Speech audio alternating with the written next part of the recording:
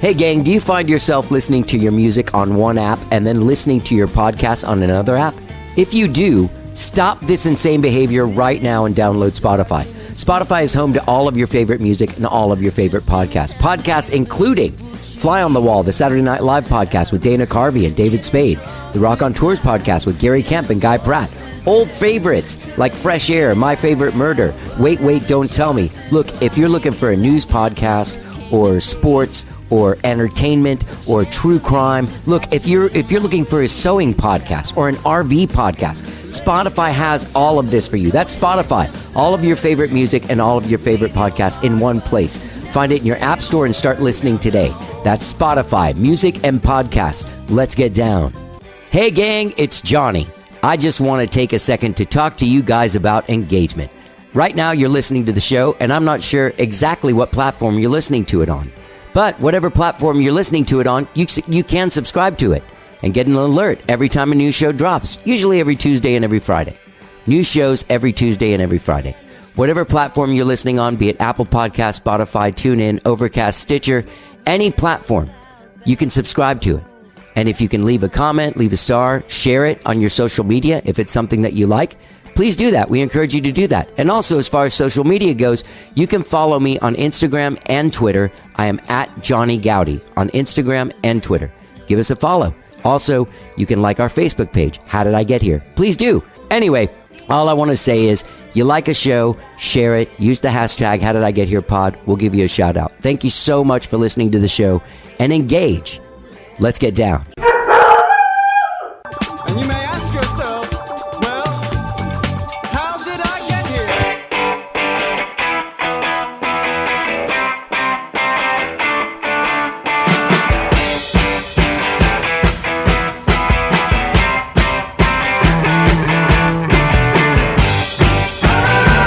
It's time for How Did I Get Here? And now here is your host, Johnny Gowdy. When we talked, All right. Hello, I'm Johnny. I'm your host. Welcome to the show. I hope you guys all had a good week, whatever it is you did this week. My week just got a whole lot better today, gang. Finally picked up my car from the shop. It went in on October 2nd, and today is Thursday, October 20th, and that's when I picked it up. That's when I'm doing this intro. So yeah, I've been 18 days without a car. I'm so glad I got it back. A weird, mysterious thing happened. Something flew up from I-35, punctured my gas tank, and it's totally surreal thing. Very expensive, but totally surreal thing. Anyway, so yeah, I'm glad to be mobile again. I ran a bunch of errands. I took Rosie to Red Bud Aisle. I went to the grocery store. I drove myself to rehearsal, drove myself home from rehearsal, went by the bank, all kinds of stuff. So it feels good to be mobile again. All right? Can't even tell you, man. So good. Gang, I want to remind you that tonight, Friday, October 21st, Austin Music Foundation presents Gen Next Showcase. Yeah, that's right, man. At the ABGB. Free show. It starts at 9 p.m. and it'll be showcasing some of our artist development program artists from this year's program, including Poet Hawkins, fantastic artist, Grace Sorensen, amazing artist, and Jake Lloyd. It's going to be a fantastic fucking show. It's totally free. Starts at 9. Come on out. Check it out. Meet some people. Say hi to me if you see me there. Come out. Support the Austin Music Foundation Artist Development Program. These are great artists. This is a great program. I'm a mentor in it. So is my friend Einar. And we just started making the record. We were doing The Bubble a couple weeks ago with El Combo Oscuro, who's also in our program this year. SL Hauser's in it. And the Dead Coats, as well as Jake Lloyd, Poet Hawkins, and Grace Sorensen, who you can see tonight, Friday, October 21st, for free at the ABGB starting at 9 p.m. If you want to find out more about the Austin Music Foundation and our Artist Development Program, or our many programs, go to austinmusicfoundation.org. That's austinmusicfoundation.org. Oh, man. I've had so much going on, and I've gotten so confused with stuff, and this is going to lead into today's show. I'll let you know. So I've been a little bit confused, a little bit out of it with things, and I had booked a podcast, and then somebody had to move it. I can't remember exactly what happened, but I did not change the date in my calendar. So a few days ago, I'm walking home from the store after walking Rosie for like an hour and a half. We went on a nice leisurely afternoon walk because I thought I had nothing to do. It's nothing on my calendar. Just got to learn some Skyrocket songs. I can do that a little bit later, but let's go out today. Let's walk in the sunshine. So we're walking in the sunshine. We're coming back. I stop off at the store. We're walking through the parking lot of my apartment complex. And these dudes are like, oh yeah, there he is. Hey, Johnny. These two guys. And I recognize them from a photo. They're this band called Solo Solo. It's John and Greg Den. They're brothers. They're supposed to do a podcast with me, and they moved it to that time that day. So thank God I came back at that time. So I'm walking up, and I'm like, oh, shit. So I got to do this podcast. Luckily, I'd listened to their single that they have out, which is called No Sleep, a gorgeous single. The band's called Solo Solo. You can find them at solosoloband.com. So anyway, they were totally kind about the space out, and we just all kind of came in. I gave them a couple beers. I set up my stuff. Rosie calmed down. We sat down and started talking, and it turned out to be, honestly, one of my favorite podcasts I've done, at least in the last year or two. It was very honest and very real, and just they're the sweetest people and just so honest and open. Greg was in a motorcycle accident a few years ago and had to have his foot amputated. And John, his brother, stepped in and really started taking care of him. That's just a really touching thing. When Greg was telling the story, John was just looking at him. You'll see. It's a very touching story. They're very tightly knit brothers. And this song, No Sleep, is fantastic. They're like an indie rock band. They have a new single dropping called Pure Graffiti, dropping on November 11th. As I said, go to solosoloband.com for all of your solo band needs. We have a fantastic conversation about them, like playing shows as little kids in Virginia, with their dad showing up and like saying like, hey, can these kids audition? And they ended up playing places. They ended up playing like frat parties when they were in their early teens. They ended up moving to Austin and playing around town and trying to figure out a way to do a band as just the two of them. And it's taken them a long time technically. And Greg really gets into sort of like the specifics of it because he plays guitar. And it was like, we don't want to play to tracks. And we've got to find a way to have bass and guitar in our music. So he talks about the whole audio setup of how they figured it out. They haven't played out in this way yet, but it's coming. They're coming. Solo is coming. Their single No Sleep is fantastic. They're great songwriters. Turns out we have a bunch of great friends in common. Frenchie, Einar, the dudes from The Bubble, all that kind of stuff. And really turned out to be a really, really touching conversation. We went way past the normal kind of hour. It's like an hour and 20 minutes of us just chatting it up and having a good time. But man, I really did enjoy it, and I really love their music. So as I said, enjoyed my conversation with John and Greg Den from Solo Solo. Let's get down.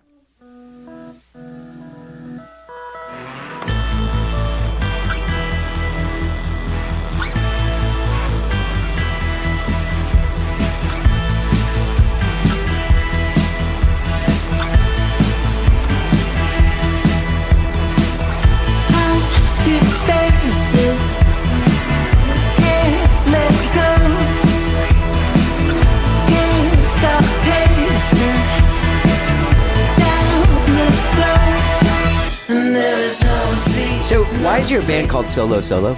And this is your first single, but you guys have been doing stuff before. Hold on, I'm going to ask 3 more questions and see perfect. which one you answer. Okay, No. awesome. Why is your band called Solo Solo? Solo. Well, I was going to go solo. Okay. Just on my own. Okay. And then he came with me. So I thought it was funny. It's to very call much it solo, an older brother, solo. taking a younger brother along for the ride. How much older are you? 1,000 days. 1,000 days. So that's 3 years or so? Yeah, right. A little over? Yeah. Something. You're a mathematician. No, I'm not. I'm neither a man of science or baseball. I love when you're like, what do you think about the postseason? I'm like, what? What did I do? With the Astros hat on. Like the world's worst Astros fan. I made it to the playoffs. So you didn't, what made you not go, like you were you guys playing music before together? Playing music before. We've played music since we were 5 and 7. Wow. Together, like little kids playing March Madness at UVA for the basketball players. Seriously? Yeah, so we were almost like a little novelty act when we were little, just because. We were playing. What was the time frame? It would be like early thousands cover songs at like UT college bar, or not UT, UVA college bars, and slightly inappropriate. Is UVA Virginia. I know, University. but which one is that Charlottesville, one? Virginia. Okay. So it's essentially, slightly inappropriate for, I was probably 12 or 13 and you were maybe 15 Yeah. to be playing I think at the time we were playing one of the Playboy's #1 college bars at the time. Like, it was not necessarily by the board, but our parents were encouraging. How did you? Yeah, obviously. Well, they drove the truck and Yeah. they loaded it up for us, and Dad ran sound. Did you have other brothers and sisters that weren't getting the attention that you guys were getting? It was just us. Okay, good. Yeah, Okay. that's the problem. They needed more kids. Yeah, because you see those stories, like those documentaries about people, and like those people, like the dad quits the job and moves to Atlanta to help the kid make it, and you're like, wait, there's like 6 other kids. Like, what the fuck is going on? Like, what are they getting out of this? I think you just described my dad's dream. Like, if he was able to do something like that, like move Be a with us somewhere, manager, and, like Yeah. dadager. Oh, for But sure. that's yeah. when we grew up too. I mean, the 90s was the age of dad managing. You know what I mean? Like, all of those child stars managed by their parents. Right. And they have these horrible stories. So at least we never made it. So we didn't. Now we have a good relationship At least with we our dad. never made it. and we look on the bright side when we realize our lack of success is like, at least we didn't have to Yeah. deal with Yeah. our dad as our manager. Oh Love 'em. man, Still that would love have 'em. been brutal. So, yeah. So, awful. well, wait. So let's go back there. So, what did you play, Greg? I played guitar. Yeah. And attempted to sing when I was a little kid with a raspy voice. So nothing we recorded sounds good at all. It wasn't like a Temptations thing. Okay. It was like me trying to sound like I don't know, trying to sound like I mean, what was popular at the time? It was all like what, Matchbox 20 shit right at exactly. the time. You know like what I mean? Yeah. Like early '90s Yeah, pop. yeah. And so Yeah. we did top 40. Okay. And then we, the funnest thing, I mean, probably why we still do music is like we'd sprinkle in originals. And like our funnest thing to do was to see if they would notice, like the college kids while they're dancing around. Right. To see if they would notice if we sprinkled in a original. Wait, but you guys are like, how old are you? 7? All right, so Yeah. John was about, well 7 when I started. we started doing bars and stuff. I must have been 13, 14. John would have been 10, 11. And then we were doing, I think we started frat parties when I was 15. And he Oh was yeah, about frat 12, parties. 13. I forgot about those. Did you get laid? No. No, I that's was the problem. Yeah, No, I was really shy.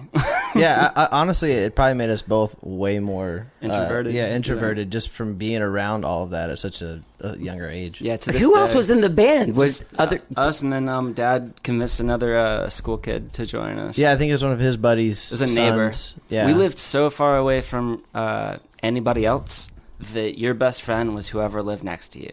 Right. You know Yeah, what I yeah. mean? I lived like that in California. Okay, yeah. So we had a group of 3 families, and they're all. I still look back on it in a really positive light, like, and all the parents knew each other and hung out and like threw horseshoes and played darts on Friday nights and like opened up a basement. Maybe there was a weird smell coming from there, maybe not. Sure. And all the kids, by virtue of proximity, were best friends too, and so we all grew up doing, paintball and just throwing the football together. But like we talked, one of the parents into letting their kid come play shows at frat parties and college bars. Who was booking them? Well, my dad would take me and Hang John. on just one second. I'm sorry about this. Yeah. yeah. Okay, so Dad would take us to potential venues. and then you'd audition. Pretty much. He'd never made an appointment, so we would show up at these bars when they were opening and trying to get. Oh yeah, things so this together. would be like a drunk college kid, like just trying to scrap his way through school, like opening a bar, hungover at like and then 3 my in the dad knocks on the afternoon. door, and he's got 2 kids with him, and he goes, "Hey, how you doing? My name's Jeff. I was here last night," and he wasn't, and then, he was like, we got a couple musicians here. Can they play a song for you and see if maybe we could, work out some shows? And they've played this bar, and this bar. Was he lying? No, No, that's the problem. At Yeah, that we point, were we had playing a lot of already bars. started like rolling. So, Well, then he would also make us do it a lot of times. Like sometimes he would just be like, "Yeah, these are these guys," and then we'd kind of have to step up to the bar and be like, but make us do it is a strong thing. Like, that's a strong word. I think the first couple he had to make us do it. He was just like, "No, you have to learn how to do this. Get up there and learn how to book a show." And then 15 at this time, kind of 16, learning how to book your own shows is like is a really, it's show a man where the water is. You know. Yeah, Teach yeah, yeah. him how to Well, drink we'd for life, have so. like legit, like at least back in the day. I don't know if these. I haven't booked a show with a press kit with a CD. Right. Oh yeah, And and the manila envelope with with our like name with on the it. photo Yeah, yeah. inside and Yeah. like the whole deal. It was very embarrassing. Yeah, but everything was like, it looked good. It looked legitimate and like fresh ink, you know, freshly printed. Yeah. Yeah, if, you know, we didn't break the computer from trying to download something on LimeWire. So what kind of stuff were you writing? Were you writing stuff that was Oh, just pop. We were trying to write top 40 pop songs. You know, it was, again, I think you could get lucky growing up with a parent who had great musical taste or a parent who had no musical taste. And you could also grow up having a parent who has poor musical taste. And like, Poor, I I would wouldn't say- say dad had bad musical taste. We'll but say like, questionable. questionable. So like we grew up listening to a lot of like Barry Manilow and like It was like, Like- Barry Manilow meets Foreigner. Like that was my Right, dad. right, That would be a right. perfect description of meets his music. Asia. Like, Yeah. I remember. now you know, as cheesy as all those guys are, like Barry Manilow and Foreigner are known as being like, as far as songwriting goes, like yeah, I top mean, tier. Oh, yeah, I mean Yeah. they got who wrote "I'm a pepper, you're a pepper," you're that Barry Manilow. You're not wrong. Yeah, I mean, yeah, none of it bad in hindsight, but when you're it's bad though. But when you're Schmaltzy. but when you're 16, 17 and you're like referencing like a Foreigner song or Asia song, it's not really. I mean, Boston. He listened to a lot of Boston. No, he had some redeeming ones. He had like Jim Croce. Like we would, Yeah. Oh yeah. He's that was kind of like the mainstream of the time. Like if you were Yeah. into rock, then you were. Yeah. and- Oh, yeah. but Oh, you I love didn't. Cheap Trick. Big he Kiss, loved, big yeah. Kiss fan too. Yeah. Oh, Kiss. yeah. Oh my God, Beth is his favorite song of all time. Really? Yeah. It's not a real Kiss fan. Yeah. Well, No, I'm just joking. I'm not Kiss out. I'm like a Kiss freak. yeah. That's kissed there shit you go. You're everywhere. honestly Yeah. just giving my dad credit now if you're saying he's not a Kiss.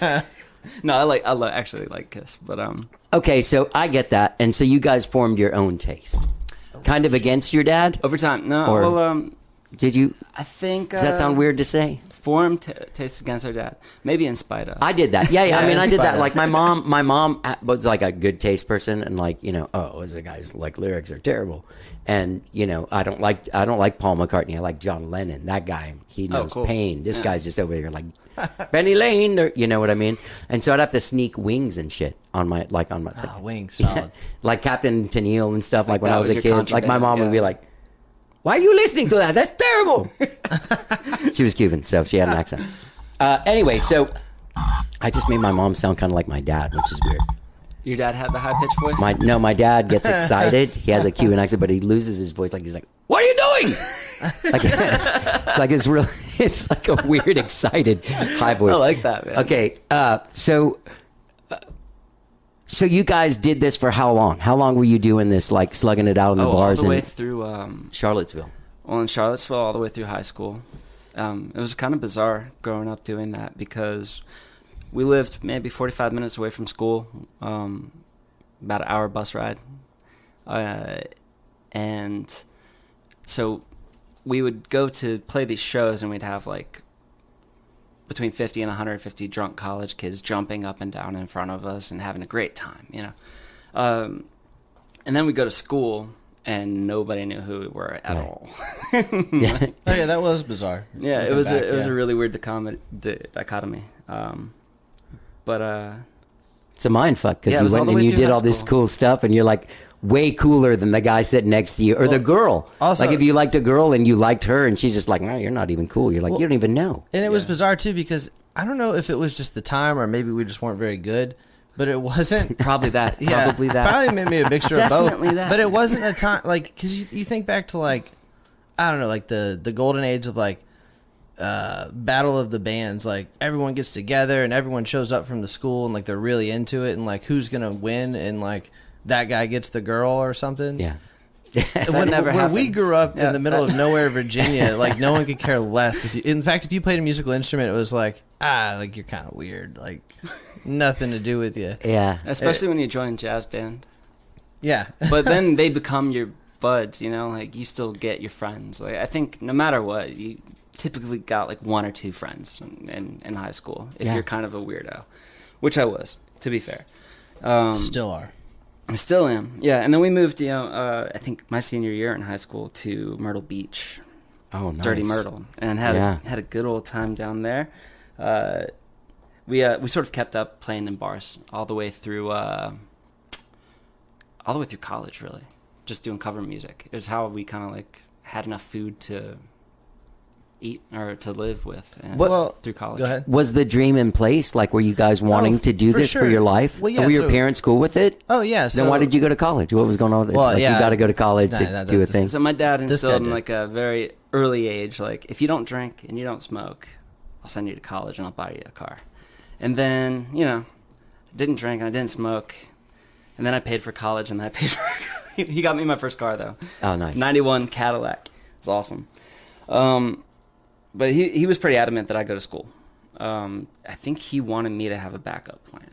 And it didn't really work out because what is a musician who is interested in law going to do in 4 years? They're going to get a political science degree that's useless and then not go to law school. Is that what you got to play? Yeah. That's what I feel like I wished I would have gotten. Like, I went to recording school for 1 year and I split, but Yeah. I have a fantasy of being like a campaign advisor. Yeah. Like, that's my dream job. Being a campaign Wait. advisor? Yeah, but did you enjoy? I know, isn't that weird? No, yeah, It's super that's weird. kind of cool. Just seems cool. Why don't you do it? You're not. That seems so stressful. You got energy in my mouth. Do you want that stress? That sounds. I heard those awful. notes you were hitting. I mean, you still got this. It's not too late. It's not too late, is it? No. I've watched enough. Like West Wing.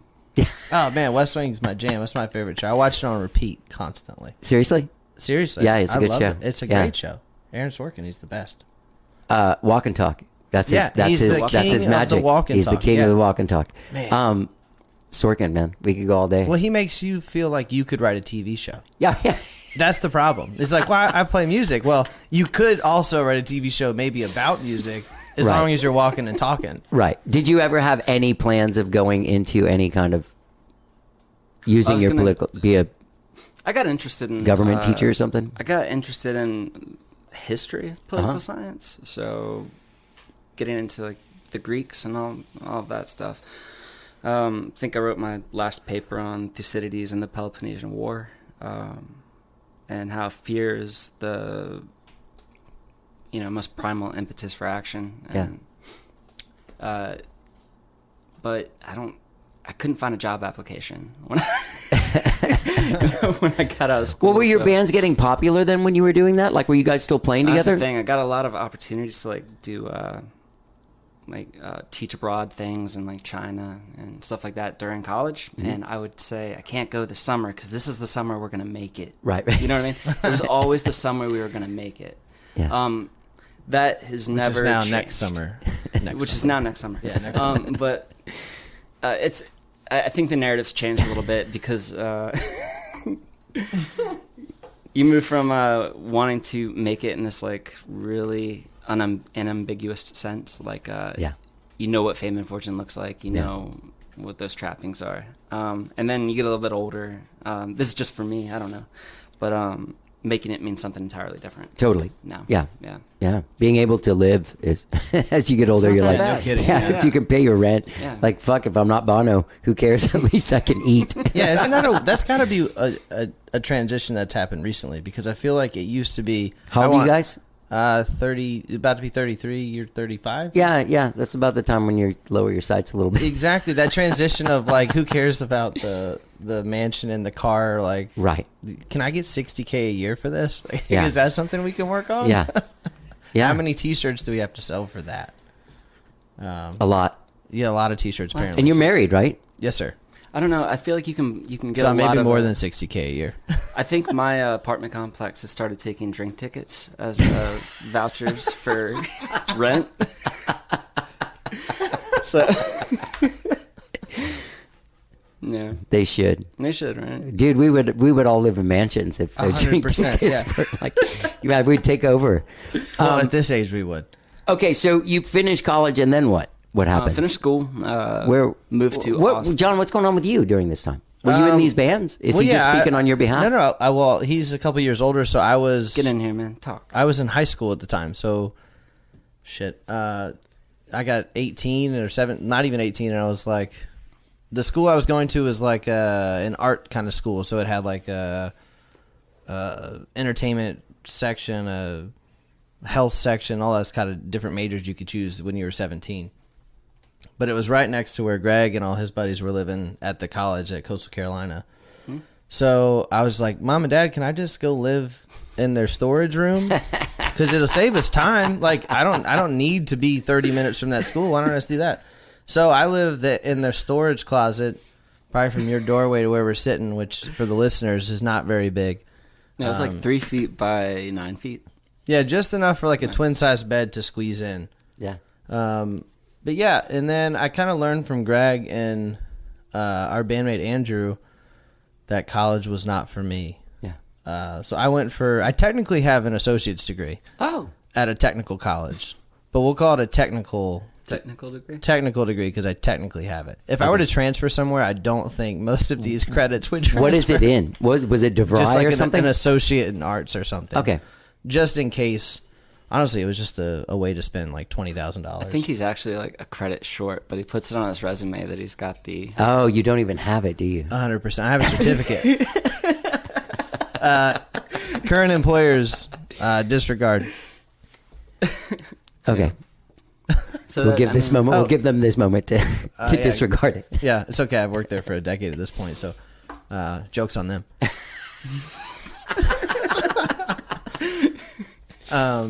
What were we talking about now? You were talking about what you were doing at the time. Oh, you yeah. went to college, you got the associate's degree, and then Yeah, so the plan was very small place living. Yeah, so the plan was I think it was probably I just graduated high school, and I knew Greg and Andrew, our bass player at the time, were gonna kind of move somewhere. We were gonna make a big journey to either like a New York or a Seattle or a Nashville, LA, to try and preferable make it. So I was like, well, I'm gonna have to kill 2 years because they still have 2 years of college. So I just did 2 years of community college until they were done, and then we've picked Austin, and Andrew drove out a day before we did, found an apartment on East 11th, and we drove out. Man, you remember Rap Hill Apartments? No. Yeah, it was like right off 35. Do you remember? downtown. Do you 11th? remember Joe Hummel? Of course I remember. I was in Liars and Saints with Joe. Bingo. So we lived. Joe, Oh, you lived in that place? Yeah, that he so- lived in? so Where Joe- you used to have the Sunday parties? So were you guys there? bagel Yeah. So party. When I was there? Yeah. So we met. We might have met you then. I don't know, but Joe used to. We met Joe at he did like a bagel. Yeah. Rockstar Bagels. Rockstar Yeah. Bagel. Well, now it's Rockstar Bagels. But he did like some bagel brunch or something one Saturday, and man, we've been friends with him ever since. But yeah, so that was like a weird introduction to Austin too. Is meeting. I mean, Joe is awesome. He's just He's such like a the mayor of the nightlife of yeah. Austin. He's I love awesome. that guy. Yeah, me too. He But can yeah. drink tequila too. Yeah, he Oh, can, man. dude. Man. I used to have to, there's a lot of those Sundays at those things. I ended up staying there. Oh, I'm like sure. the night. Because Yeah, I lived there and I stayed at his apartment sometimes. He's a good cook too. Amazing. He's a Amazing good cook, yeah. I know Yeah. the bagels and all that, but beyond that, I think he. That's what those Sunday things were all about, was him like Yeah. exercising that Oh, the eggplant muscle. parm. Oh yeah. Oh, yeah. Parmesan. Oh my god. We should invite him. Yeah. Can we Where's get him on he the at? phone? Do we get a call? Tag in, Joe guys? Hummel. Yeah. I've been texting. He moved to a house somewhere a little bit outside of town or something. Well, I know he was living. happening. Yeah, He's living on the east side let's for a just, while. Let's give it his exact address on this podcast. I'm sure he would appreciate it. He probably would. He's like one of the only people that wouldn't mind. Yeah, you would knock on his door. He'd be like, "Come on in. I got food." Do you know Pally then, right? Pally's also from New York. Hey, it's me, Pally. Hey, it's me, Joe. Hey, Joe. Hey, Pally. They were like the rhythm section for Liars and Saints. And one night, Charlie Sexton came to Momo's, and he goes, it was the first time he saw the band. And he goes, I love it. You got the Two Utes rhythm section. Did you guys ever see? Yeah, it's my cousin My Vinny. cousin Vinny. Yeah. It took me like a minute to figure it out. I just started laughing so hard. Well, the two defendants. Yeah. Instead of the youths. These two Utes. youths. Yeah. So yeah, it's Two so what? funny. Oh man, a podcast that references my cousin Vinny. You gotta love it. So you moved here, you met him, and that's a whole. Yeah. Well, he kind of started. I think that's how we started playing at Momo's. Was Yeah, through him. he actually, I think, helped us get our first shows here, I think. Right. And then, yeah, we became friends and still friends, man. I love Joe. Yeah, Joe's awesome, and his bagels are awesome. Rockstar Bagels. Shameless plug for him for sure. Yeah, for sure. So good. You brought us one of those. Yeah, I had last one week like 2 for, days ago. it's The like everything best bagel is ACL the food. best. Yeah, Yeah. the best ACL food. Oh, he had a booth at ACL? No, but like Oh. after. After, yeah. Do you guys go? Yeah. When'd you go? Who'd you I see? went last weekend and then every day. I went every day except for Sunday. This past weekend, yeah. Greg went more to, I don't know. Greg says that I'm not a festival music appreciator. I said we Not do it. either. And I wish I was, but there's something about like I know the band from the flyer, and I'm like, I definitely want to see that band. But honestly, with this year, I was telling Greg it wasn't necessarily that. It was that there wasn't as many bands on there that I recognized, and I didn't really want to walk around. Was it the first year that you looked at the thing and you're like, 100%. who the fuck are these people? Yeah. Well, Do you know what I mean? Like look- sometimes you look at like the charts of like you're like, Yeah. Well, no, this is the first year. what happened to Bieber? Well, you used to have to like delegate time. You're like, if I go here, I can't see that. And this year was like, well, I guess I'll sit in the Miller area, have a few beers, and then. That's why I say you're not a festival Yeah, person. but so- you're a club guy. You're like a Yeah. I want to go I'm with you. see so and so at Yeah. emos. I want to see so Yeah. and so. Well, so Greg makes up You're a for it. He specific goes- person. He goes to the Yeah, show. yeah. So Greg went and saw. I like a bunch of seeing stuff. the new artists come in. Who all did you see? I'll give you my top few. Yeah, top few. Gabriel's is awesome. Okay. Sort of like a soul / I don't know, sort of gospel oriented, but also really modern. I just walked up to his set and he was playing down at the Barton Springs, a little bit smaller stage. He's been on the big one, but he had like 3 backup singers. They were surrounded by 2 white guys, like on either side. One played the viola, the other one played like Awesome. like some sort of like keyboard thing. And then just like one of the better drummers I saw the whole time. And then he's up there wearing this massive Dracula coat in an all black suit with a brass microphone stand. Awesome. And he's just got the best range I've heard in a very long time. Yeah. He hit the lows, he can hit the highs. Yeah. And man, I just like we really got into that. And then so Gabriel's was my like number 1 takeaway, I think. And then Robert Glasper, you heard of him? No. Sort of like jazz hip hop fusion. That was a really good set. That was a thing. Remember in the early 90s when that was a thing? That was cool. Yeah, I mean, Yeah, when I was. did that ever go away though? Like always taking Yeah. that No, turn there's and always then- it stayed, everything's kind of stayed. Yeah, especially But- now with like lo-fi study beats. Yeah, You yeah. heard these? You know how you like Yeah. people do work now? To, Yeah, to yeah. This like lo-fi study girl. Yeah, I put them on YouTube. I do it sometimes. too, and Yeah. that's why we did the music video. I did the animation. Oh, really? Oh, Yeah. awesome. It's You just a animated it loop. yourself? Yeah, yeah. Oh, it's awesome. just like a lo-fi loop that goes 10 seconds Yeah. and just repeats. Because I think the visual can take away from the music in a lot of ways. And I know it can add, but I'd rather people just listen because that's where all the work went into, not the visual thing. Yeah. But so I don't think it ever really went away. I think now it's probably like the jazzy hip hop thing is more prevalent than ever. But yeah, definitely the 90s. It's had years to develop too, which is great. Yeah. Okay, so my car's been in the shop today. They're finally getting around for like 2 weeks. Yeah. It's been a long time. It's been a long time. Yeah. It's been 2 weeks, over 2 weeks. It was like it was 2 weeks ago, just this past Sunday that Yeah. it broke down. So they're finally getting to it. It took forever to get a new gas tank. Something flew up from the road on 35 and punctured my gas tank. Oh yeah, that happens for sure. The guy was like, So where were you really driving? no, I was driving down 35. So anyway, the first weekend I was off, but I watched some stuff on Hulu. And the Okay. best thing I saw was Adrian Quesada performing his. Man, I wish I'd seen that. I wish you had I too. wish he was playing it like Look, it's making the 11, hair on my right? arms stand up. Which is ridiculous. Pretty ridiculous. Yeah, you Yeah, should have yeah.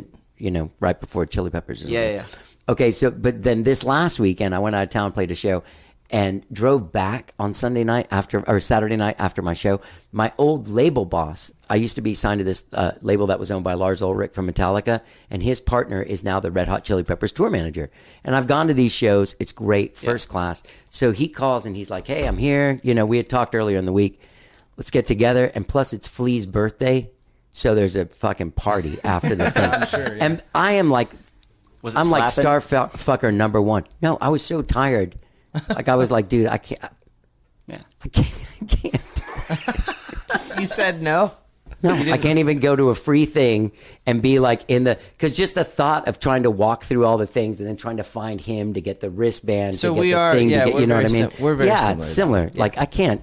Yeah, that's a lot, dude. Let's just send a helicopter for me here at the Breakers and fly me into the thing and have some guy giving me espresso with vodka in it. Then we're not going to have a good time tonight. Exactly. That sounds great. I think, yeah, I liked going to the new people to see how they're using the tools that have been Sure, around forever. sure. In a new way. Like he's not been around forever, but he's been around for a while. James Blake, Uh-huh. you know him. God, like watching. I don't know his bandmate's name, but he played the Taurus. Yes. Moog Taurus. Yes. With his hands. I saw him the week before. So It was cool. pretty unbelievable. And the Yeah. way the low end hits you, Yeah. and then they throw a vibrato or tremolo on it so that it cuts Right. in and out, and it's just like pulsating in your chest. I thought that set was really good. I didn't get the low yeah. end because I was watching it on TV, but Okay. yeah, it was Yeah. awesome. Oh man, the low end is that's what you go to a festival for almost. I feel like we were watching. We're on you go to a drugs. festival Well, we to were- hear music loudly. Well, we're That's why watching- I go. The number one reason to hear music just blasts you away. Yeah. I love that. You don't get that from headphones. I think No. We're on Drugs Yeah. was probably the main reason I went on Saturday. Okay. And that snare drum had more bass than the actual bass drum, and it was the coolest thing. Oh, really? Oh my god, it just Yeah. makes your whole chest. It's like a vibrate. shotgun. It was great. Who produced this No Sleep?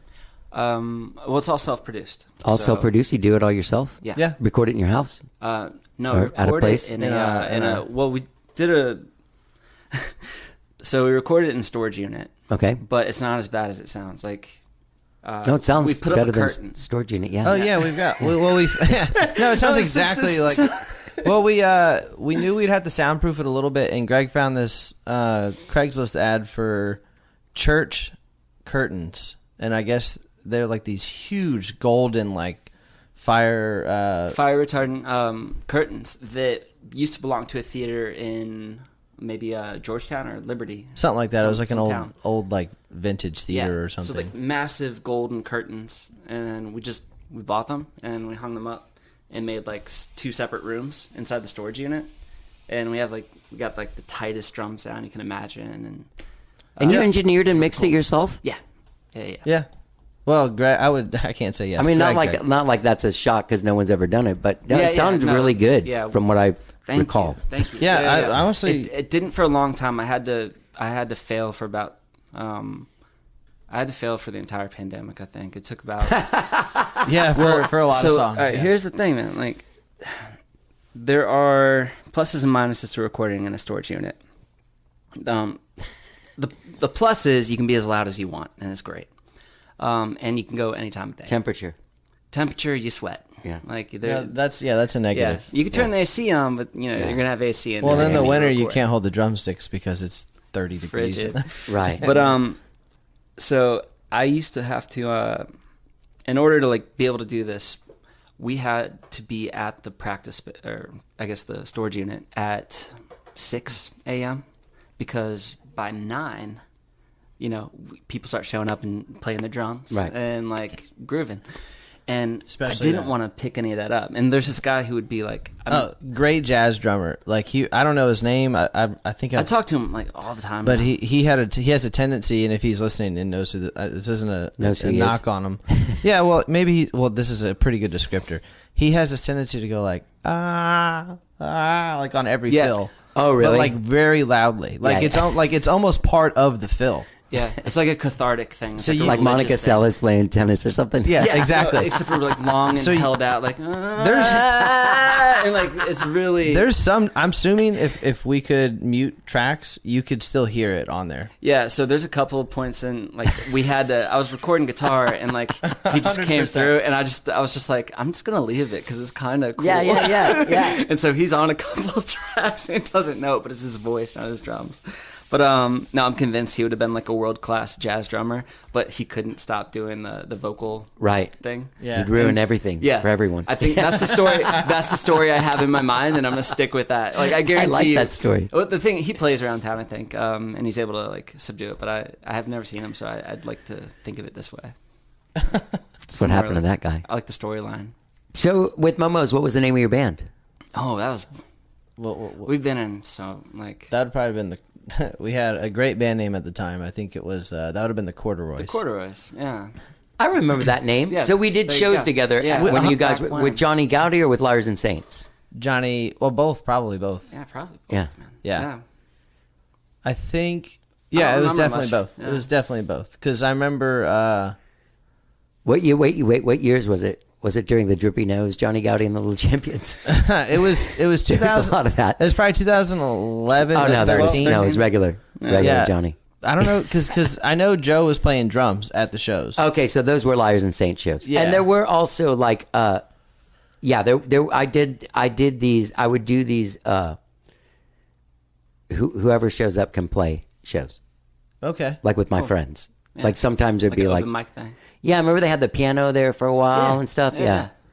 Also, that thing was a pain in the ass because it was awesome. Like, I Never did a in weekly tune. thing there. So the first week's awesome. The next week you get there is fucking completely out of tune. And someone spilled a fucking, Jack and Coke all over it. Yeah, I really do miss that club. That I was do too. Awesome. Yeah, Everyone was like so the nice. Rooftop thing, right? Yeah. And it was so now it's like I'm pretty sure it's like a fucking pool bar. Like a Yeah, it has a swimming hot pool. tub thing like up a there. Swimming pool There's bar. there's a thing up there. I've threatened to go there. I told Paul that owns it. Now he owns Cosmic. Oh, okay. Cosmic Coffee? Yeah. Okay, Yeah. cool. Yeah. That was like when John and I kind of realized we could do a thing, just him and me. Yeah, Oh yeah, We played a, do you know Frenchie? of course. Yeah. Yeah. Yeah.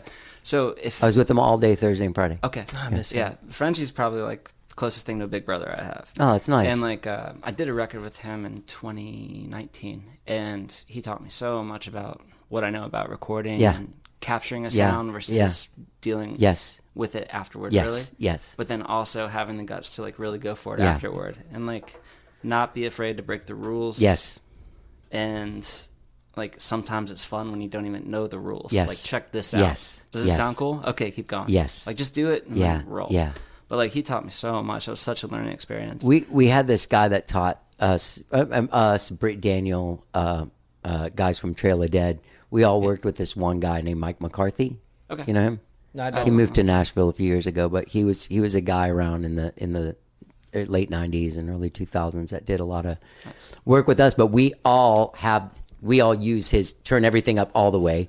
Use the force. Don't open some manual and fucking yeah. see what this thing does. Just turn knobs yeah. until it fucking sounds weird, right? That sounds yeah, like he that said sounds use like the force, Frenchie's. man. That sounds like That's- Frenchie's he's such a- biography. we He's all turning come Star Wars. from we all learned from this same exact. Did you guys meet Anar? When you Oh met yeah, him? I've been on a session great bass with player. Anar too. Yeah, Anar Anar- actually. We did I think it was a different group, but I did just an interview with like Austin Music AMF, right? Yeah, yeah. Austin Yeah, Music yeah. Foundation. Yeah. And it was one of those. We'll just consultation. Yeah, we'll do Yeah. a consultation Yeah, just yeah. to see if it works and Sure. see what they have to say. See if they tell us something we don't know because at this point we've been doing it. For He's so been long. great at it. And Anar was like, "You guys have good tunes. See if you can find somebody to hone it in and record." And he pointed us towards Frenchie. And man, those were fun times. Yeah, like I love Anar's him. awesome. Too. Have He you is been awesome. You've been to his new studio? Oh yeah, that's where I was Awesome. Thursday and Friday. Awesome Yeah, spot. I work Yeah. in the same. Me and Anar work in the artist development program, and we run that thing. And then every year we make a record at the Bubble. So I spend a nice. month at Oh, the man. Bubble. This is my month. It Yeah. just started last I Thursday. keep trying to hell convince yeah. him to change the name of the new studio to Double Bubble. This is the second one. Yeah, it's actually like the fifth. Okay. Yeah, Yeah. It's- That's fair. The fifth, like the first one was like a Tascam 388 in like a warehouse down Yeah. in South Austin. Yeah. Like quintuple bubble doesn't sound good at all. no. So you went to the Red River and 45th Bubble. Yeah. Yeah. That was the one that Yeah. I recorded at. Yeah. Yeah. I love that spot though. That Me was too. a good space. Well, so much we fun. didn't see the new space that he made, but It's at my saw- friend Scott's house. It's great. Yeah. Oh, okay. Yeah. I was there, I think, like Well, no, because a few weeks ago. they redid that house up front at the 45th Street one before they closed there, right? We never saw that one. We always were in the back house. Oh, okay. Yeah, so when we recorded, it was just that upstairs Yeah, I was room there. and then Yeah. the downstairs control booth. Yeah, I love that dude. I love his. Such yeah. a good vibe, man. Oh, yeah. Like his references are so interesting, man. Like he's got a couple like old bat caves for ears that Yeah. just like echo the most ridiculous Yeah. music and Yeah. movie quotes that you can imagine, and they inspire you in a really weird way. Yeah. Like So they'll I- say "be dangerous," and then you have to be like, "What the fuck does that mean?" Yeah. and then, Yeah. and then you figure it out. Like, and then you realize that's exactly what that needed, was to be dangerous. Yeah. I was there during this Calliope musical session, and they got this guy to play bass on this song. And there was this bridge, and everything got crazy. So he's like, we're going to put fuzz on your bass and just go nuts. Yeah. And he goes, the guy goes nuts. And he comes back, and he goes, go back and listen to it. And he goes, what was the word? I was being too conservative with that. And Frenchie spins around in his chair, and he goes, you mean to tell me that you have the bass tone of a serial rapist? And you think you're not, like, you need to be more conservative? Like, yeah, he's this guy. He's got the best I think quotes. he's like the. I don't know if there's like a new Austin and an old Austin, but like he's to in me, Yeah. he's like quintessential Austin. Yeah, Like, yeah, I love. yeah. Yeah, I love that vibe. Yeah. He's like slacker Austin, I think. Well, he works. I mean, he works too hard. Like, I feel bad. No, I'll leave I mean, those like, he sessions does at like work. 9 or 10, and then Einar will text me at like 4 in the he'll be morning, like working, just yeah. leaving now. I think just to be like, Oh, 100%. No, but I mean like the Yeah. slacker attitude. You ever see the movie? yeah, of course, yeah. That's yeah. what I meant. Yeah, yeah, I yeah. mean like yeah. he doesn't work. Like that dude. You know, I had. Oh this, yeah, just that old Right, like yeah. pre 1993 yeah, Austin. the movie, Yeah, not the, 100%, not the, yeah. Yeah, the yeah. definition. But I remember working with him, and I said, Frenchie, your mind doesn't really start cranking until like 11 p.m. And then it's just like Oh, yeah. until 4. Is he still Insanity. downing yerba mate? He did not. I think that he cooled it on the yerba mate.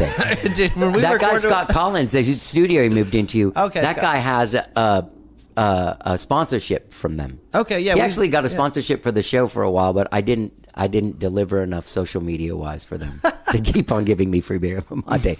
But yeah, no, he was drinking like 5 of them a day.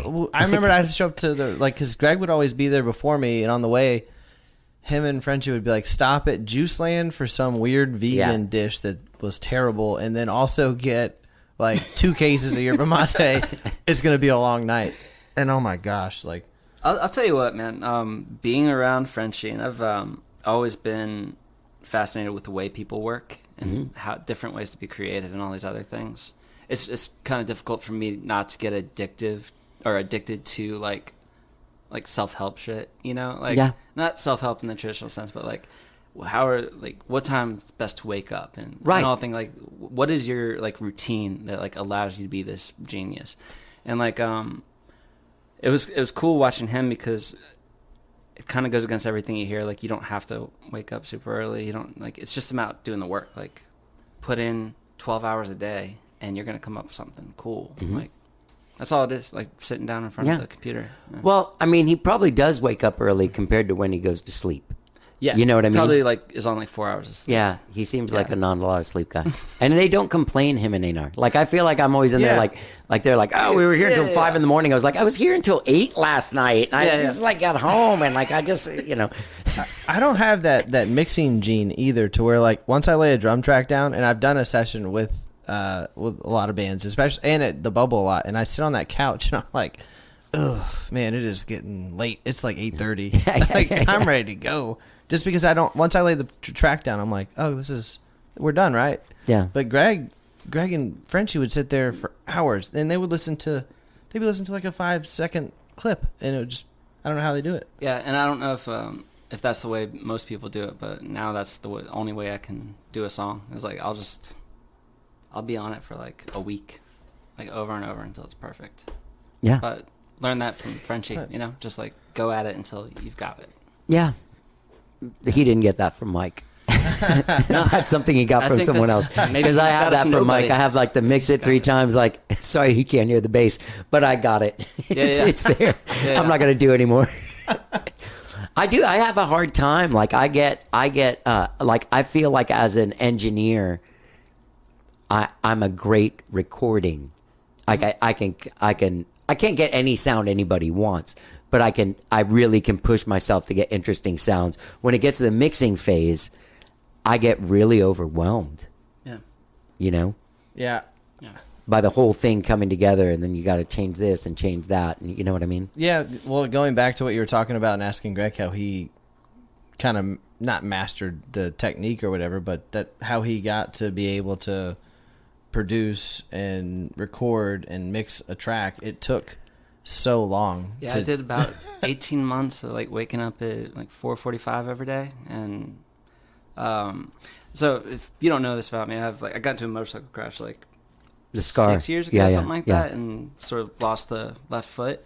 Oh. And if I don't stay healthy, like, Right. basically I have to kind of work out every day, or else I'll kind of get too overweight to fit into my prosthetic foot, you know. And it's like $12,000, so I stay the same weight no matter what. So like I work out every day for an hour in the morning. So I was like waking up at 4:45, worked out, and then I was like, I did a couple like online classes for about 18 months. Yeah. For about an hour a day, front of the morning, and then I'd go in and work like on the record, like writing songs and being able to record the sound, and then also learning how to play with Pro Tools, like where everything goes, so it's just second nature. Right. I love working with Pro Tools. I love working with Ableton too, but Pro Tools just like the routing's so much easier and it's better for mixing in my opinion.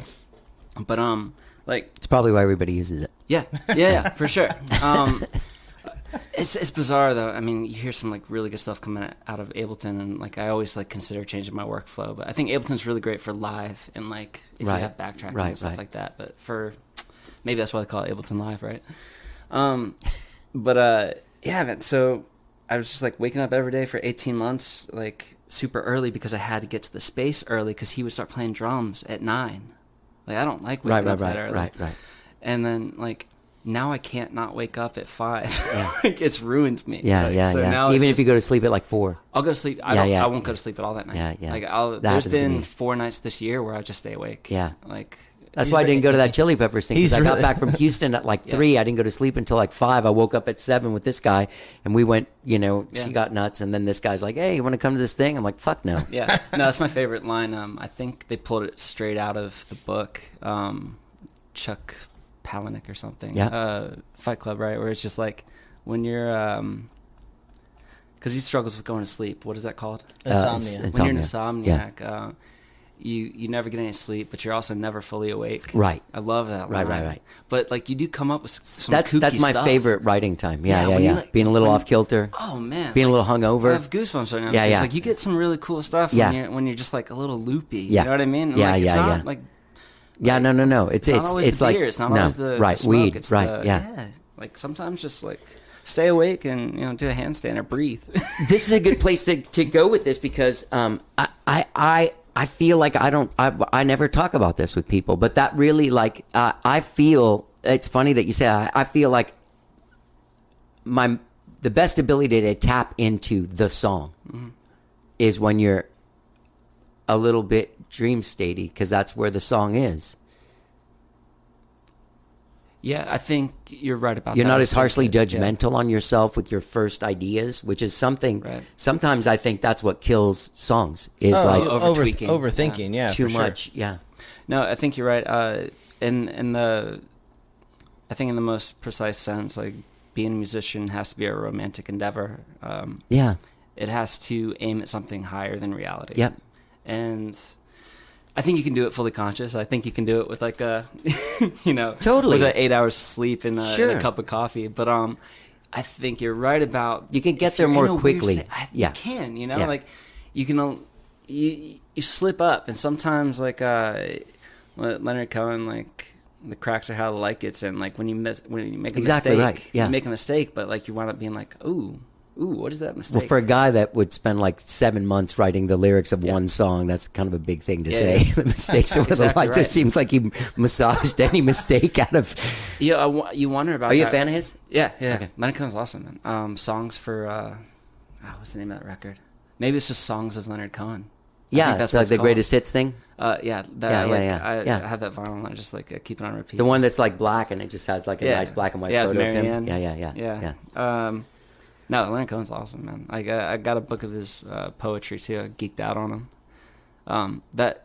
All Have you those read like The artists. Artist's Way and Letters to a Young Poet and all of those sort of like inspirational writing things? Oh, Nah. I do like those older, like 60s guys though. Like, the people who like talk sing. oh yeah, So, yeah, like, yeah. You know, your Leonard Cohen, Lou Reed, Velvet Underground. Like, listening to those guys when they get older and they're just like basically talking about, Yeah. you know, and like Johnny Cash when he worked with Yeah, Rubin too. It's yeah. just like, it's like you're listening to experience at that point, and you're That's how diving it should into be. You lyrics. shouldn't. Yeah. There Yeah. should be a new level of character to your voice Yeah. when you get to a certain Yeah. place. You earned it. Yeah, I think I'm just now getting a little bit of something in my voice. Yeah. And that's the other thing about like recording your vocals at 6 a.m. Yeah. You have to pretend it's not 6 Well, a.m. you have to pretend it's not 6 a.m. And Right. so like I got into the space and I had a bottle of bourbon with me, and I'd do a quick shot. Yeah. And, like, loosen up. I'd do a couple and this is middle of the summer, so the baking. storage unit Yeah, has yeah. been baking Yeah. all day, and all that heat stayed in there from the night before. So I'm already sweating. Yeah. Like as soon as you open the door, you're sweating. You can swim in the air. It's that Yeah, yeah. thick. And I was just like, all right, my voice sounds terrible. You know, little shot, and you're home. The other cool thing about doing it myself is like, I like Leonard Cohen. Like I'm a real perfectionist about the way I want it to be, and I'll do 100 takes on a little tiny section to get the right one. You know what I mean? Yeah. So that I don't have to like auto-tune or anything. Like I'll do Yeah. 100 takes to get it just right. Yeah. And that's just like, it's perfect. And like, I don't mind the work thing either. Like I'll be in there and I'll start a sweat and like, No, it's fun. yeah. I mean, that's why Yeah. if you find something you love to do, then you won't work a day in your life, you know? And that's where, you know, it kind of comes full circle to what does making it mean? Like, for me, making it means, you know, doing the work. Like, I love being able to do that, and I'll do that for as long as it takes, like, being a bartender or whatever. Like, it's making it to me is just being able to make what I deem good enough to put out. Yeah. And that's it for me. Like, that makes me happy. And, like, Yeah. that's my goal in life, is to be happy. Yeah. Yeah. Yeah. That's how it So that's shifts. making it. Because like when you're 20 and you're trying to make it, you don't give a shit if you're happy. You're only going to be happy if you made it. Yeah. So I'll be happy when I make it. Yeah. But I don't care if I'm happy now. I'm happy. Yeah, exactly. That's the big swindle when you, never get there and define- you're you like, never I made define it. Yeah. Wait, this is it. You know what I mean? Like, oh God, dude, there's nothing worse. I've And that was a funny moment too, because after my crash, I got a settlement check, and it wasn't what I thought it was going to be. You know what I mean? Like when you have a lump sum of money, and I was just like, oh my gosh, I can pay off my student loans now. yeah. And then I did, and I was like, I don't feel any different. I thought I'd feel different if I had money in my bank account, Yeah. and I wasn't worried about which is the good credit Yeah. card. You know? Yeah. Yeah. It didn't make a damn bit of difference. You know, maybe that's the circumstances under which I received the money, but like on the same, at some level, I think it's the bigger picture. Like the money isn't the thing No. at all. Like it's good to be able to eat, and I think, you know, like you got to work and you got to make Stressful it when you can't Exactly. pay stuff. Yeah. But like at a certain point, like it's not satisfying to have anything in your bank account. It's like, what are you doing? Like, what's your purpose in life? And it's not where you live. It's not like how much money you have. It's like, what are you doing? Yeah. So let me ask you a question. What was going on then before, like, you guys were playing together before the motorcycle accident?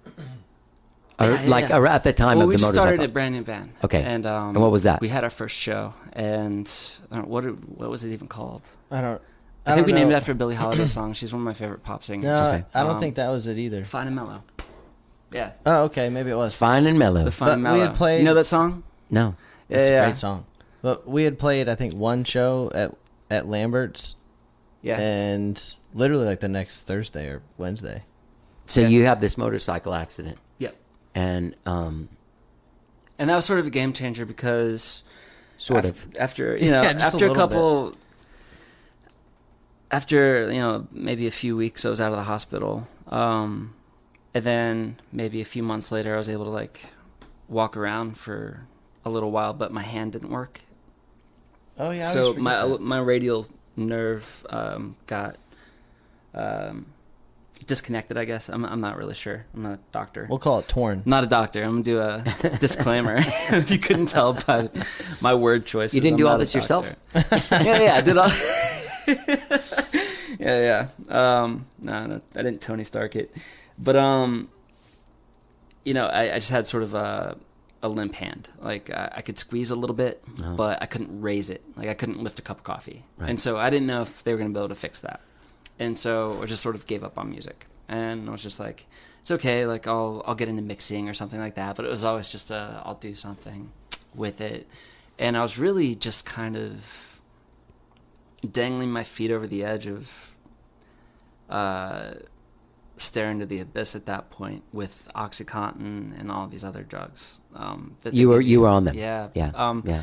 Because when you lose a limb, some people suffer from phantom limb pain, and it's just something where your brain is sending a signal to where your foot used to be, but it's not getting anything back, and so that registers as pain to me. Okay.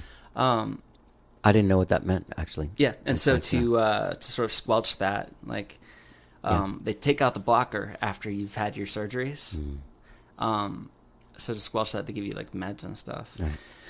And yeah, so at that time, I don't think I was really in my right mind at all. I was just surviving, really. It was just like my whole point of existence was to get better at that point. Yeah. But I was getting better by like taking all these, drugs and.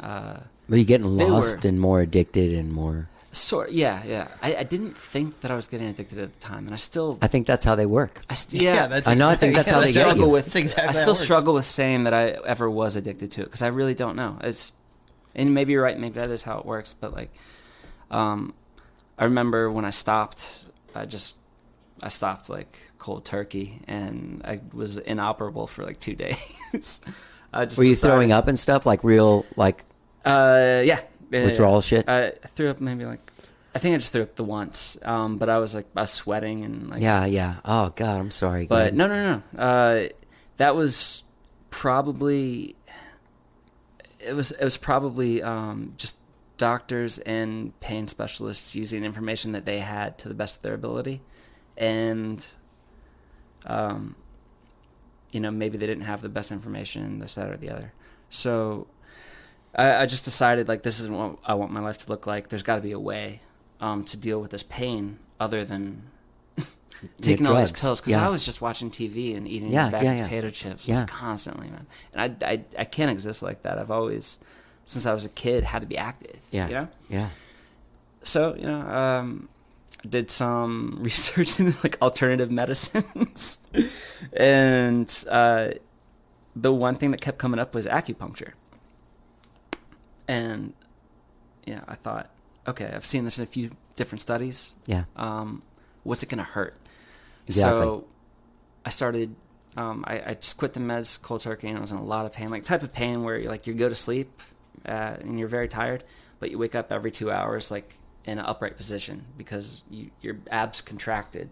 Oh. Type of pain. You know what I mean? Yeah. And I went to, and this is not to say, this is, obviously just me. What is it called when it's anecdotal? So it's just anecdotal evidence. But there's a couple of research articles out there that back it up. This acupuncturist, I think the way they do it is they sort of pin you in correlating areas. So for your left foot, which is what I'm missing, I'm missing the left foot from basically just above the ankle down. Okay. So right here. Okay. And so she correlated it with the opposite extremity, which would be my right hand. Okay. And so she started doing these things, and I would instantly feel the pain disperse, like a radio signal just evaporating. It's kind of bizarre. Yeah. And I was like, wow, what did you just do? And then she's just like, well, this is where your toe, you should feel. And I really don't care if it is Psychosomatic. psychosomatic. I really don't care if it's, because all pain is in the brain anyways. Yeah. But well, that's where all pain stems from. It's telling you that something's wrong with your body. But the word I'm looking for,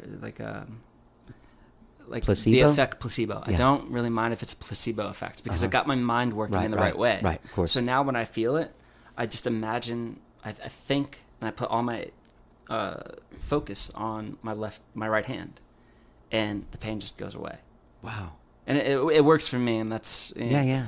that's what's important. What year was that happened? All right, so 15 or 16? 16. Yeah, I think You guys know Savannah Welch and Jeremy Nail? Jeremy Nail from Liars and Saints? I know that name sounds very familiar. Jeremy lost Nail. his leg Yeah. to cancer from the knee down. Savannah was in an accident all around that same time. Yeah. Yeah, Jeremy Nail, I remember because he used to come over to Joe's. Yeah. So I remember him. But yeah. Yeah, but all those guys, Yeah. it's odd that so many people in this music community have had, I think it's their left leg too, Yeah. to be honest with you, yeah. So we should have moved to Nashville, is what he's saying.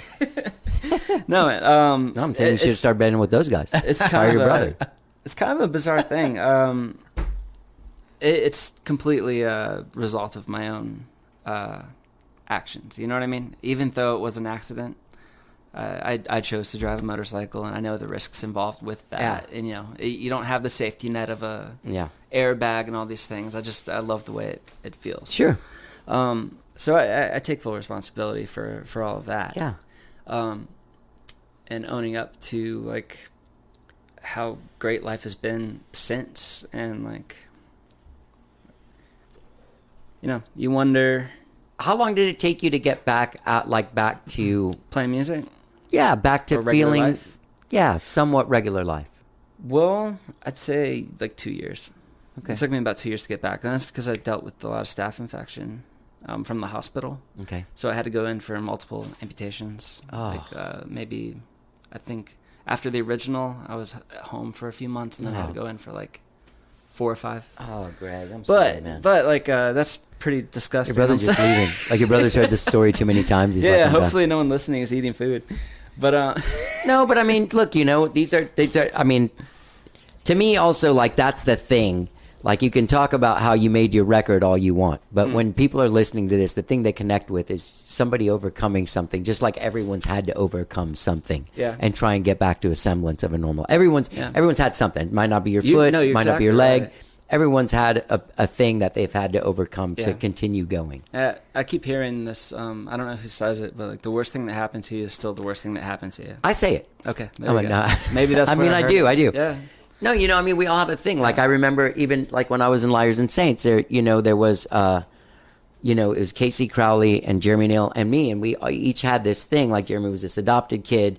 My mom had been murdered, like, when I was a teenager. Casey had cancer when she was a teenager. So we'd all overcome this thing, and then one guy would say, like, oh, well, that's not as bad as, like, I didn't have cancer when I was a teenager. Like, Yeah. well, yeah, but either way, no matter what it is, Yeah. still the worst fucking thing that ever happened to you. Yeah. Even if it's like, my parents didn't really talk to me that much. Right. Yeah. So it's interesting. So after those 2 years,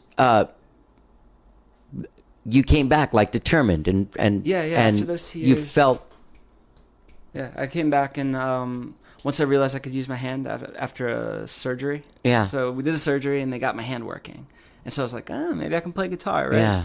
Picked up, and I was able to, and so played in a band for a while called Cosmico, and I had a lot of fun with that. We were rolling for like maybe a year, year and a half. Did you play down there at really El great Cosmico or guys. anything? Oh, no, any no. affiliation with the I love that place, man. Sort of like that's where I wrote the first song for the project. Oh, really? When I was still on crutches, Yeah. I wrote the first song for it. You were at El Cosmico? Yeah. In a teepee or I was in one of the safari hut? trailers. Oh wow. Look Now at when you, I you're go, fancy. no, yeah. That was when I had the leg money. See, Yeah. now I stay in the safari tent, man. That's when I had the leg money. No, it's the whole thing, Yeah. man. That was back when I had some leg money. Now it's just like I'm safari tent, or I bring my own tent. But yeah. So I started that band, and that kind of fizzled out when the pandemic hit. Yeah. And since then, I was just like, man, I've got this time, and I think if I get some microphones and a console, like a little console thing, and an interface, I'd like to try like recording. I want to try to do something. And so like I started working, and like I've had some friends come in and like help me lay music down, and like I recorded them and had some fun with them. Sure. Yeah. And like we even like just made songs, just making songs, Yeah, you know, and like yeah. trying to see how what I'm making sounds like compared to something else in my car, and Right. like how that sounds on this tiny radio. Yeah, yeah. How's it sound on my phone with Yeah. a broken speaker? Yeah. Because this other song sounds like this with the broken speaker. Right. Yeah. And then I think that took about 2 years. Like, I think the 1,000 hours thing is probably true, but in my experience, I think I'm a slow learner. Yeah. So it took. Well, it's 10,000. It's not 1,000. Oh, yeah. That's Okay. that's the worst part about the whole thing. Okay. Yeah, Well, well, you're doing it wrong. Maybe maybe it's about right then. Maybe I'm not. Maybe I'm a genius. I don't know. But it took me about 2 years. I don't know how many hours that is. But I finally got to a point where I felt like I was making. I was able to record and put out sounds that I was proud of, and that I felt were doing something new. And I was just like, I think I want to do this. And then John and I had to have a real conversation, because he's my go-to drummer, being Blood, right? Yeah. It's true. This is true. Got to get you back in this talk, man. And Yeah, I'm good. I'm a good listener. You are. My wife great says that. I noticed that like Never. when he was telling this very intense story, you were very focused on him. well, without John was living with me that whole time, and I mean there were times where, like, you know, when I was dangling my feet, man, he'd come pull me back. So like we've got each other's back like all day, no matter the way it what. should be. Yeah. There's no Fogarty shit Well, going on over here. until I get off tempo, then it's then all that goes out the fucking And window. then I can just get a drum machine to do anything he does. Ouch. Yeah, it's pretty rough. It's real cutting. You know, No, I kind of like, I love the fact that we record all drums with microphones, and they're all real. There's no samples. It's just like we use real instruments. Yeah. It's really important to me. Until the next record, when I'm like, you know what, that's a Let's dumb do rule. samples. Let's do samples, man. I've Yeah. been missing out on this I would massive. love to make our own samples, though. That's what we're kind of doing. Do you miss? Because I kind of feel like That's a good point. your Shut up, man. I feel like your recording sounds like a band playing. Yeah, yeah. Is that hard to do when you're doing it piecemeal, like piece by It piece? didn't really. Did you do anything together? Like, did you play along with him, or did you Yeah, lay yeah, down so- a click with like a scratch vocal and guitar? So in 100%, order to, yeah. once I realized I was able to record and have it sound pretty good, I said, John, we're going to do a song a week for 20 weeks. And at the end of that week, we have to have a really good rough demo of that song that we haven't written at all yet. Okay. And Yeah. That was our 0 goal. to 60. Every 0 to week. 60 Yeah. every week for 20 weeks. It worked out really well. And for 20 weeks we did it. And I had a ridiculous routine. And luckily I was waking up early enough to make it happen. Yeah. Just before the drummers get there. Yeah. But yeah, it was something like, you know, so Monday morning I would do the rough mix from the previous week's work. Tuesday, we'd have a songwriting session where I'd have my guitar and an idea for a song already that I'd just been thinking of, you know, for the last 2 days. John would come in, I'd show him, and he'd be like, okay, cool, I like where this is going. He'd help with the composition more than I can say. Yeah. And then Wednesday, I would do vocals for the last week's. Right. Yeah. music. Yeah. I've done that, like the little assembly Yep. line thing. And then yeah. exactly, it was Yeah. it was exactly that. And then Thursday, we'd go in and we'd finish the song, nose to tail. Right. Friday, there would be backup vocals I would do, because I took my time with the vocals. I invested all money that I sold this beautiful guitar I had for a U87. Oh wow. I. Shit. And I still went into debt for it. It must have been a really nice No, guitar. Sweetwater loves me. They need to send more candy with the. Yeah, what happened yeah, I with know. that? That was my favorite part of They it. all started of his skimping on the purchases. candy, man. They started Yeah. skimping on the candy. I noticed a few years ago they started sending really shitty candy. Like before it was like Brock's, like name brand Yeah, candy like and Tootsie shit, and then all of a Roll, sudden it's like this, like It's all Laffy Taffies now. yeah, it's like- all but like to be super fair, cheap I stuff. like Small, Laffy like Taffies. it's like Yeah. fun size, like times Yeah. 2. And then on Saturday would be record drums and record all music on Saturday. Wow. So that's how we got it to sound like a band. Like, Okay. everything You're just in that happened zone. Saturday, Yeah. Yeah. where I wouldn't leave. Like I'd get there at 6, record the drums, and dude, Well, John is a drummer, and he will get the song in 1 or 2 takes. And then That's if we're awesome. having fun, you know, like Yeah. I try to make him work until noon, no matter what, just so I feel like I'm not alone. Yeah. And like he'll just do as much auxiliary as you need. Yeah, yeah. And like if we have cool ideas, he has great ideas. Like for a lot of the songs that are going to come out, I think we did like 2 drum tracks. Like, Yeah, we did some this is auxiliary not drums, yeah. something no one's ever done, but like No. 2 drum tracks, and then one of them just totally messed with and distorted, Yeah, and like yeah. just on a stereo track that I would play with the mute button on and be like Right. in, out, in, out, in, out, in, out, in, out. It's a Frenchy thing. Yeah, Maybe, probably. yeah. Yeah, Like yeah. maybe the concept Yeah, of yeah. like no rules Yeah. is the Frenchy thing. Yeah. Yeah, I think that's probably right. Well, that was the producer in Greg too, because I would finish what I was like, I nailed it. 2 or 3 takes. If I don't get it in 3 takes, I start getting angry. Oh yeah, that's But- when sticks break. So, so I would get the take and I'd be like, hell yeah, I did it. Let's do auxiliary. Let's do shakers. Let's do tambos. Let's do wood block. Who cares? Yeah. But then he's like, no, let's rewrite your drum part and do another one. I'd be like, I hate you so much. Yeah. And then he would hate the idea, and he'd say, "This sounds terrible." And then I'd be like, "Give me 5 minutes," and he'd go outside, and he'd come back in, and I would have like a mock-up of my idea for it, and he'd be like, "All right, that's cool." Yeah. You know what I mean? And then the rest of the day he would go, because I prefer to work alone, and after that it's Well, just what I what also does this get need, I you get know? very bored listening. He to gets yeah. bored. guitar He's already parts, heard yeah. the song a million times. Yeah. But a couple of the times, the auxiliary part, the auxiliary drum was the main drum by Yeah. the time we mixed it. So it worked out really well. yeah, so Saturday was that, and then Sundays we golfed. Oh yeah, we did golf. every Nice. Sunday. I tried to take Sunday off, but I usually wound up mixing it, half the day on Sunday, and we'd go golfing or something. Because during the pandemic, golf was kind of free. Yeah. Yeah, you could just walk onto the muni courses. Yeah. They had just a sign up that was like, don't be a dick, like, Yeah. fill in your divots and whatever. Yeah. But they didn't even charge you. You could just walk out. So Where do you go to that 41st one? we play all courses. All of them? Like Jimmy Clay and Kaiser are my favorites. But What's the one? Mo Willie is the one we went to. You're thinking of shit. What is that one? Shipe? No. No, 41st Street. man. I 41st? used to That's go a- with Joe. I used to go with Joe. And Red River. Yeah, there, it's right there's there, a, like 38th and a half. So- Kevin McKinney plays there. There's Clay, Kaiser. we Mo Willie. need a producer to Google Yeah. things. We'll think of it. Frenchie normally is here Googling stuff for me. That's his other job. It's my Googler. It's my Googler. Oh, that's gonna drive me nuts now. So just do Harvey, we know Harvey what Pinnock. the Got it. yeah. It's Okay. Harvey. Sorry. All right. My And then brain there's won't one stop. by Redbud down on, Yeah. Did by they that- close? I thought they closed that one. I don't know. I know drove what by you're it the other talking about. I day. can't think of the name of it. That's how we got to sound like a band. It's Okay. like, Golfing. one Because it day- does. Golfing. Well, and the cool thing was we'd have like somewhat of a demo to like play on the golf course too. So, Right. Like I would sneak it in so that John wouldn't notice until like, and he'd be like, "Wait, is that us for a second?" Yeah. Yeah, because that was the weird thing about doing a song a week.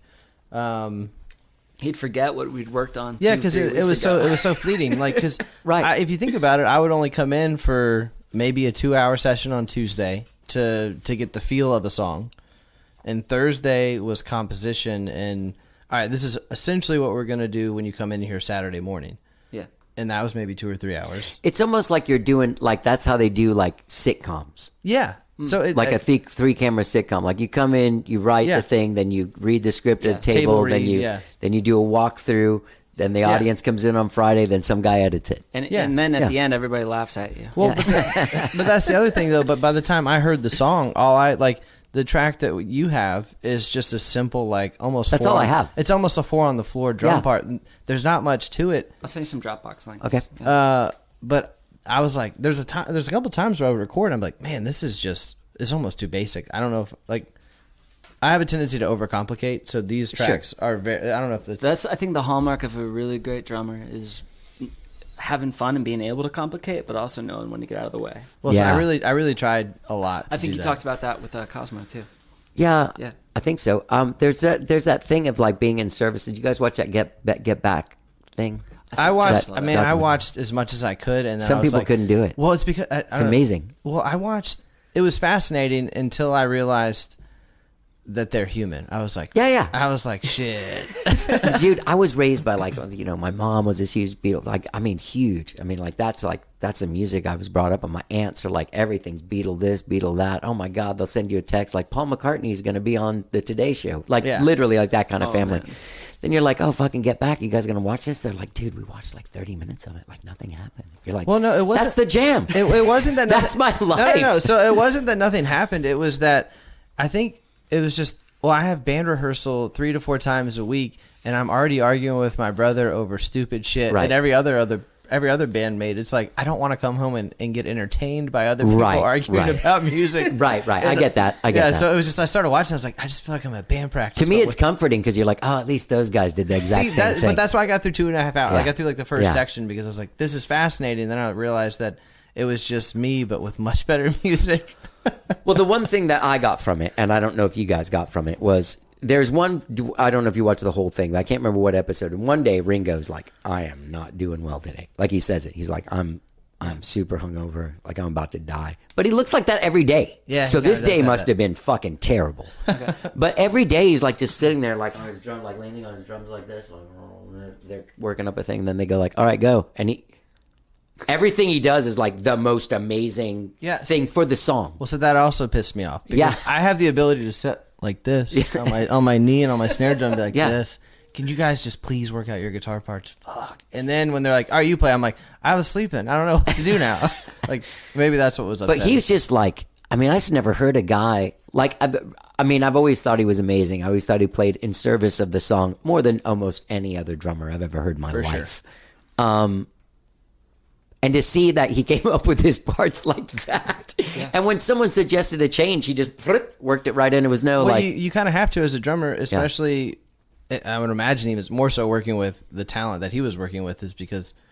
No offense. No, but well, we were when we were in the last group, we had a keyboard, a guitar, another guitar, and a bass. And it's by the time it gets to you, they're not looking to you to come up with some part. They want to all now play the parts that they just spent 45 minutes rehearsing, essentially. So you have to be able to just play. Yeah. I wonder how much of it, too, was that, we made it overnight after 3 years with Ringo, because they played in clubs, like 8-hour shows. Yeah. Like, how many times have you heard those guys play those riffs? Like, or knows, something like it. Right. And knows what sounds good with it. And he's just like, oh, this again. Yeah. Well, I bet he even had like go-to, like I know what John's gonna like. But there's even songs that are super simple, like Act Naturally. But like you try and play that song that steady for that long. Oh, 100%. Right? It's hard. I think so weird.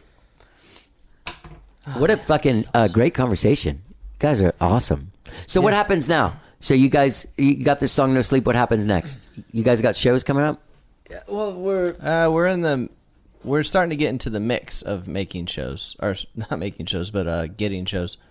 Guys showing up at 3 in the afternoon with your instruments. Yeah, well, the other exactly. Dad, I called my dad. He won't get back to me. No, but we kind of ran into not necessarily like a snafu, but just creating music. Just my brother and I, it becomes an issue of how do we make that sound like a band, just the two of us. And we have some really cool stuff figured out for that. So it probably took 2 months of this sounds not great so you're not even gonna have a band? No, we do have a band, but that's the thing. So it figured it out. It took 2 months to figure it out. It took 2 months of this is not sounding great to where we started. You fail a bunch of times, and there's that one idea. And now you kind of implement that in the rest of your songs. Yeah, so two-man bands that like what's the first thing you think of? Not the band, but like what kind of music? Like blues rock, right? Yeah. Doesn't work with indie rock. Right. No, it's tough, yeah. We went through a couple iterations where I had a couple keyboards set up, and we tried the looping thing. It just wasn't feeling like a live show anymore. Yeah. It just was feeling like a recording and flying stuff in. Yeah. And that's not the point of a live show to me. The point of a live show is like, no, make it there. I think you can do it the other way and be artistic about it. Sure. I'm not shitting on that. It's not for me, though. Not for me, though. Yeah. For sure. And so I was like, there's got to be a way to get low end into this band with just the two of us, right? And so I worked out, I spent a long time on it, and I worked out a pedal and amp rig that's sort of, you've heard of like wet, dry, wet rigs and stuff like that. So I've worked it out to where it's like damp, dry, low end, damp. Okay. Okay, so I've got like a colored guitar on the right and then a colored guitar on the left, both with time effects, but like it maybe 20%. Okay. And then down the middle is my low end only, bottom It's three dry. strings. Bottom Is three it- strings going through a sub octave into a Sans amp. Oh, Right yeah. from my pedal board. And both my amps are Sims, left, right, hard panned.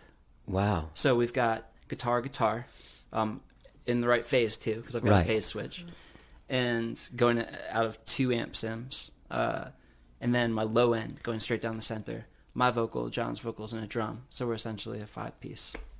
Yeah. Jesus, that's awesome. But it took a It took while a very long time, to and I still haven't Still nailed it rehearsing yet. and stuff. We're rehearsing. Yeah, I think we're up to maybe 30 minutes of live music just based off of shit we probably had Yeah. an hour and 20 minutes of music that we're trying to. Yeah, well, we got a song we're gonna keep releasing. Some of the singles we worked on. I think I'm really happy. We're really happy with like 6 or 7 of them. So we're gonna put out Pure Graffiti on November 11th, and I'm gonna send that to you because Okay, I please think you'll do. like the track. Can I play it on here? Do you guys Oh, have yeah. a thing? Yeah, Sure, we yeah, should yeah. do we'll do like a premiere or something. Okay. Be awesome. And we might have a show that correlates with that, but we're still kind of on the fence of. It's pretty soon. making Yeah. it work. But Yeah.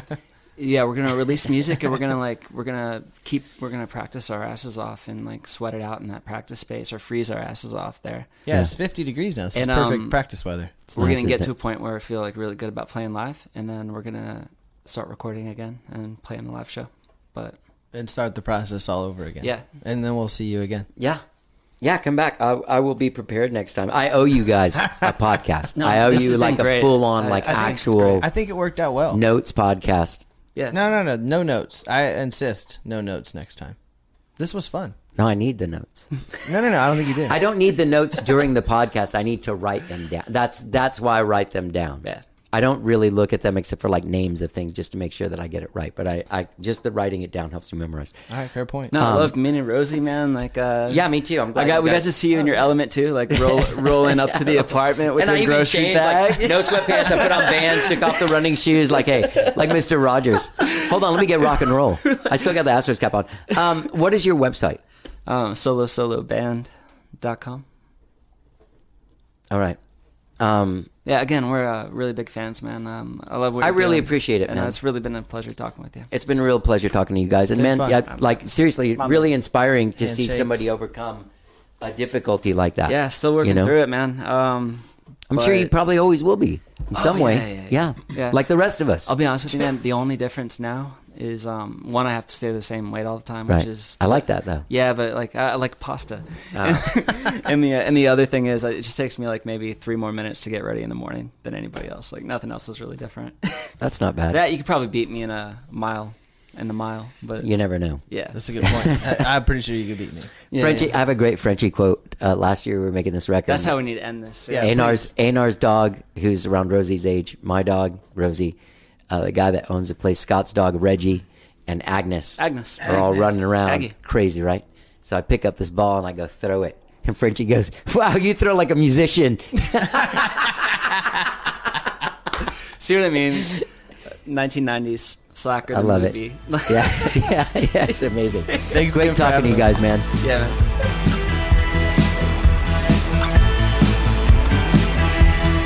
That's John and Greg Den from the band Solo Solo and their song No Sleep. Find them at solosoloband.com. What did I tell you, man, right? Those guys are the sweetest, coolest dudes, and their music's great. And Greg's voice is so awesome and gentle and sweet. I love it. I love it. I love it. I love it. Get their single Pure Graffiti, drops November 11th. Go to solosoloband.com for all of your Solo Solo Band needs. It all worked out in the end. I was walking through the parking lot, just listening to some music, and all of a sudden there were these dudes, and we ended up sitting down and having a magical conversation. I hope you enjoyed that. Go to solosoloband.com, and don't forget, gang, when you're at solosoloband.com, you can also subscribe to this podcast wherever it is that you find podcasts, wherever, be it Apple Podcast, Spotify, TuneIn, Overcast, Stitcher. New shows every Tuesday and every Friday, and gang, special treat coming out, dropping at midnight, Saturday, from the vault, with the legendary guitar player, Red Volkart from back in 2017. All right, let's hear the rest of this song, No Sleep by Solo Solo. Don't forget their single Pure Graffiti drops November 11th. SoloSoloBand.com is where you want to go. Thank you, John and Greg Den, for doing the show. And you, gang, have a great weekend. Have a great weekend. There is no sleep, no sleep. The sun's free, the sun's free.